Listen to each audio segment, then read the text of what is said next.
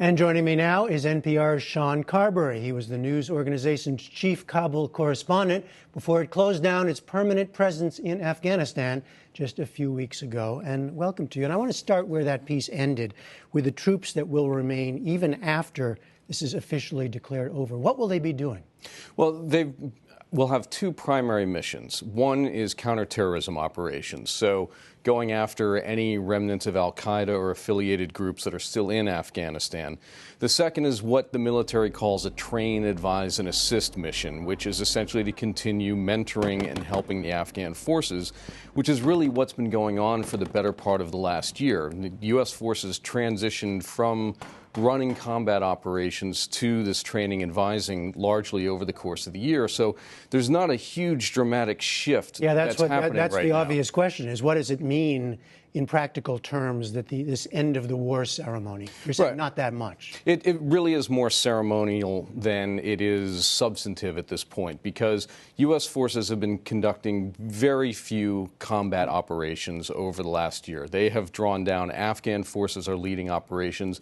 U.S. forces are continuing to support in some cases. They provide air support, sometimes some on-the-ground support. Special forces do some joint operations, and most of that will continue next year with just a smaller number of forces. So there will be U.S. forces who will still be seeing combat. There will still be U.S. air support provided, intelligence, other support to the Afghan forces. Well, so when we speak of a resurgence of the Taliban, well, we see their ability to have deadly attacks, at least in small force. How strong are they? How much are they able to change things in larger ways?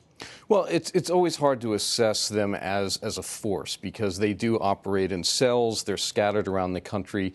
They did carry out a number of large-scale attacks over the course of this summer. They did challenge Afghan forces in a number of places.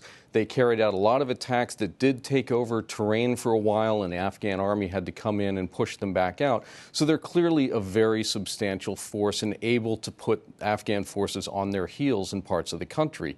And we saw a huge uptick in violence the last couple months I was there. In November, about 12 different suicide attacks in Kabul alone. Most violent month, certainly in the time that I was there, and a lot of people said one of the most violent months they had seen. So the Taliban are still very strong, very active, and want to push and challenge this new government that's in place. Well, the new government, before we get there, the Afghan security forces, their ability to counteract the Taliban at this point? U.S. forces generally say Afghan forces can hold their own. But in the face of an ongoing insurgency, holding their own is not a fantastic grade. And while they can fight well, they still have huge problems with logistics, with maintaining their equipment, with intelligence. The Air Force is years away from being a powerful force that can replace the air power that the U.S. and other countries provided. So they can fight on the ground, but they're not a self-sustaining force by any stretch of the imagination. All right, so the new government of Ashraf Ghani still having some trouble even getting organized, still facing a bad economy, still facing the Taliban threat.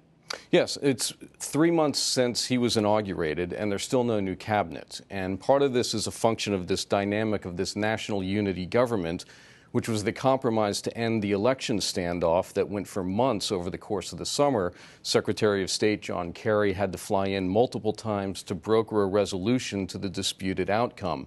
As a result, you have Ashraf Ghani as president and Abdullah, the runner-up, as the CEO of the government. So they have to agree on a new cabinet. They have to agree on a lot of decisions that are being made, and they each have their own circles of people around them that they have to deal with. So it's made a much more complicated government situation, and they have not been able to accomplish very much in the first 3 months. Well, what have been the priorities of Ghani and the government at this point? What kind of initiatives are they able to take? Well, so far, Ghani has tried to put a focus on cleaning up the government. It was notoriously corrupt government and country.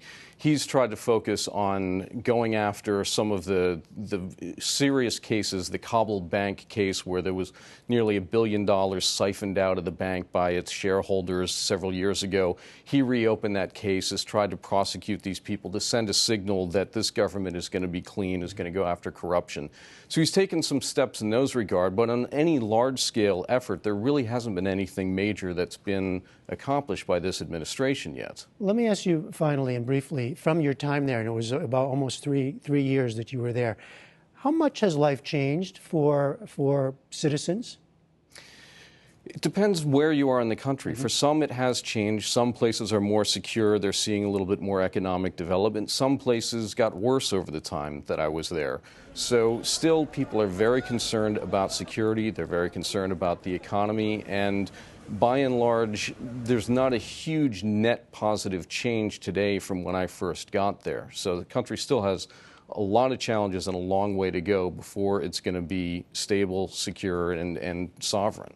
All right, Sean Carberry, thank you so much. You're welcome, Jeff.